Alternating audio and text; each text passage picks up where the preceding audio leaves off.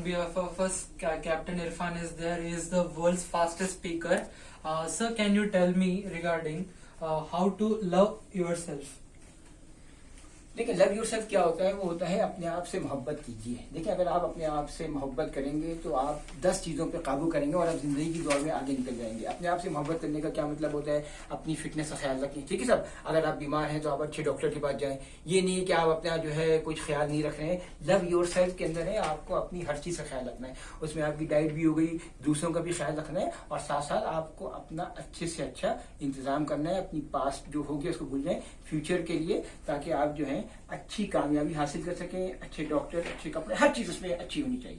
Next question sir, अपने आप से मोहब्बत इसे कहते हैं। Sir, H+M and H+1M manuals क्या होता है? देखिए, HM में ये होता है हर मशीनरी। आपको ही पता है कि देखिए P&I क्लब और हर मशीनरी 3/4 1/4 हर मशीनरी इंश्योरेंस होता है। FDD फ्लेट डिफेंस क्लब का P&I का इंश्योरेंस होता है। HMI जो आप बोल रहे हैं, ये हम लोगों के ये सुपरिटेंडेंट को क्लास जो है एक रिपोर्ट देता है। ये आपका हल मशीनरी इंडेक्स होता है और इसकी रिपोर्ट जो है अगर जहाज पे नहीं होती है तो ऑफिस में होती है।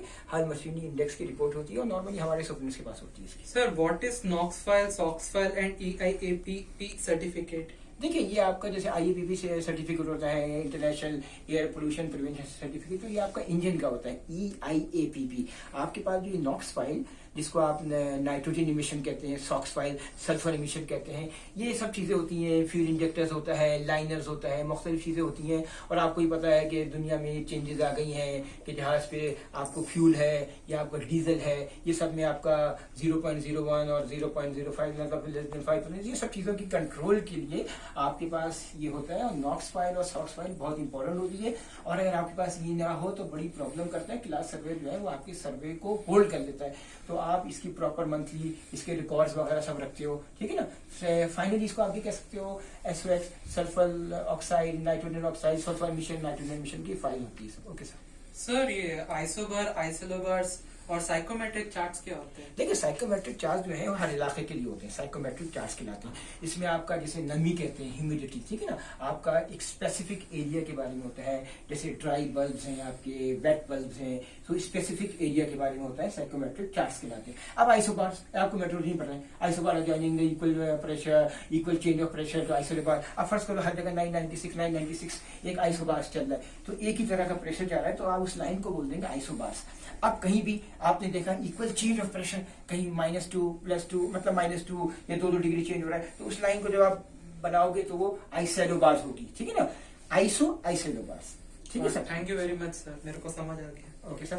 Sir, MLC and important requirements as per ship owners. देखिए, शिप ओनर्स के हिसाब से देखिए सर बहुत सी चीजें हैं जो कि बहुत से लोगों को नहीं पता होता है और लोग अपने कॉन्ट्रैक्ट्स में गलत चीजें डाल देते हैं। देखिए, मैरीटाइम लीगल कन्वेंशन 2006 में आया था, 2013 में इसको इम्प्लीमेंट हुआ था। फिर शुरू में किसी कंट्री ने रेक्टिफाई नहीं किया, बाद में मुख्तलिफ जगह रेक्टिफाई हो गया।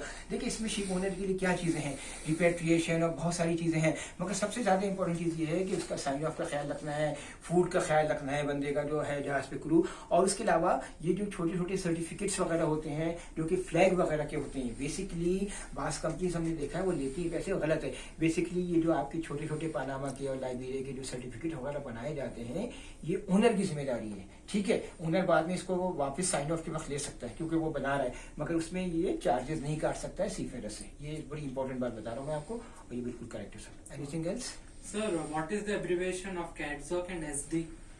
देखिए, ये आपको पता ही होगा, ये हमारा जिसके लिए कैटजॉक वगैरह है, आपको स्टार्स का पता होना चाहिए। बेसिकली इसमें आपने देखे होंगे 6 हैं, कहीं 3 है, कहीं 2 हैं। आपको उस जगह के बारे में, अगर कैटजॉक में आपको 6 के बदले 6 स्टार है या 5 है, वो एरिया आपका ज्यादा कंफर्टेबल है, आप तो वहां पे सेलिंग कर सकते हो।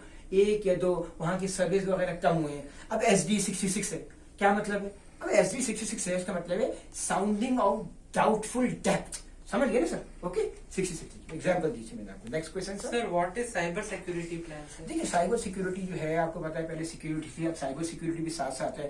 मुख्तलिफ किस्म के जैसे आपके इंसिडेंट्स होते हैं। अब तो हमने इतना सुना है कि लोग जो है किनारे से बैठ के भी जहाज को कंट्रोल कर सकते हैं, जहाज को डैमेज कर सकते हैं। आपको पता है मुख्तलिफ किस्म के लोगों के अकाउंट से पैसे वगैरह निकल जाते, हाईजैक्स वगैरह हो जाते हैं। इसलिए आपको बड़ा ख्याल रखना चाहिए। कोड वर्ड्स वगैरह होते हैं, लोग अक्सर टेलीफोन करते हैं कि सब अपने अकाउंट नंबर बता दें, ये कर दें। आपके अकाउंट नंबर और पिन नंबर से आपके पैसे वगैरह निकाल लेते हैं। तो ये सब चीज़ों का ख्याल रखना चाहिए। जहाज पे भी आपको साइबर सिक्योरिटी में लोगों को यूएसबी वगैरह एक कंप्यूटर स्पेसिफिक कर लें, 10 कंप्यूटर्स को यूज ना करें। चलो भाई ये वाला कंप्यूटर बाहर के लोग आएंगे इसको, अदरवाइज क्या होगा, आपके कंप्यूटर्स वगैरह में वायरस हो जाएगा और आपका पूरा जो सिस्टम है इंटरनेट का जहाज का वो खराब हो जाएगा। तो आप बड़ा कोशिश किया करें, एहतियात किया करें कि एक ही स्पेसिफिक कंप्यूटर करें जिसपे लोग यूएसबी वगैरह यूज करें। अदरवाइज में आप एहतियात करें इन चीजों को, साइबर सिक्योरिटी से। सर आप पास्ट प्रेजेंट एंड फ्यूचर के बारे में क्या बोलना चाहते हैं? देखिए पास्ट प्रेजेंट वगैरह का ये है कि देखिए ये मुख्तलिफ लोग करते हैं, ठीक है ना, past present future life through the art of analysis moreover you see wear talisman. देखिए ये एक अलग चीज है। बेसिकली देखिए मैं आपको सिर्फ ये बताता हूँ कि आप जो है अपने पास्ट को भूल जाएं। पास्ट में इंसान से गलतियां भी हुई हैं, ठीक है सर। बेसिकली आप अपने आप को फ्यूचर के लिए प्रेजेंट को आप अपना स्ट्रॉन्ग रखें। जो आप अपना प्रेजेंट स्ट्रॉन्ग करते चले जाएंगे आपका फ्यूचर खुद ब खुद बनता चला जाएगा। आप भूल जाएंगे आपने पास्ट में किया क्या। प्रेजेंट वर्क को अपने स्ट्रॉन्ग करते चले जाए, प्रेजेंट आपका अच्छा होता चला जाएगा, आपका फ्यूचर खुद ब खुद बनता चला जाएगा। Sir how to maintain fresh water generator efficiently? देखिए सबसे इंपॉर्टेंट चीज ये होती है, फ्रेश वाटर जनरेटर हो या दूसरा है, सबसे इंपॉर्टेंट चीज हमको ये करना चाहिए कि हमारे पीएमएस के जो आवर्स हैं, पीएमएस के टाइम को मेंटेन करें। ठीक है, इसका अपर पार्ट आपको मेंटेन करना है, इसका आपको लोअर पार्ट मेंटेन करना है। आपके इसका कहीं जहाज पे एक दिन में मेंटेनेंस हो जाती है, कहीं इसकी 2 दिन में मेंटेनेंस, मंथली मेंटेनेंस कर देते हैं। पीएमएस को आप फाइनली इसको प्रॉपर तरीके से फॉलो करें। जब अगर आप पीएमएस को प्रॉपर तरीके से फॉलो करेंगे कि मंथली मेंटेनेंस है, तो ये ऑटोमेटिकली आपका काम, इसकी एफिशिएंसी बढ़ती चली जाएगी सर। बेसिकली पीएमएस को मेंटेन करें, जो भी है। जो हर पार्ट बहुत सारे नॉर्मली 36 आवर्स की इसकी मेंटेनेंस होती है या 40 घंटे की। Next question sir, air compressor के बारे में? देखिए एयर कंप्रेसर में मैं यही कहूंगा कि देखिए सक्शन वॉल्व वगैरह, डिस्चार्ज वॉल्व वगैरह, नॉर्मली आपके पास 3 तरह के कंप्रेसर होते हैं, main air compressor, service air compressor, deck air compressor.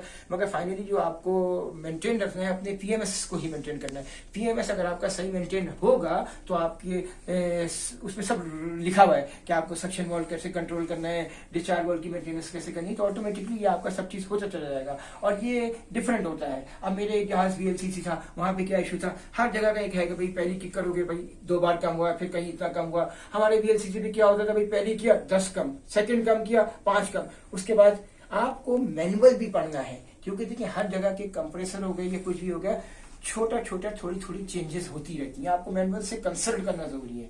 जैसे मैंने बताया PMS and manual is important. Next question. Thank you very much sir. Anything else regarding the you also told me that last night that you want to do regarding the Artiflex.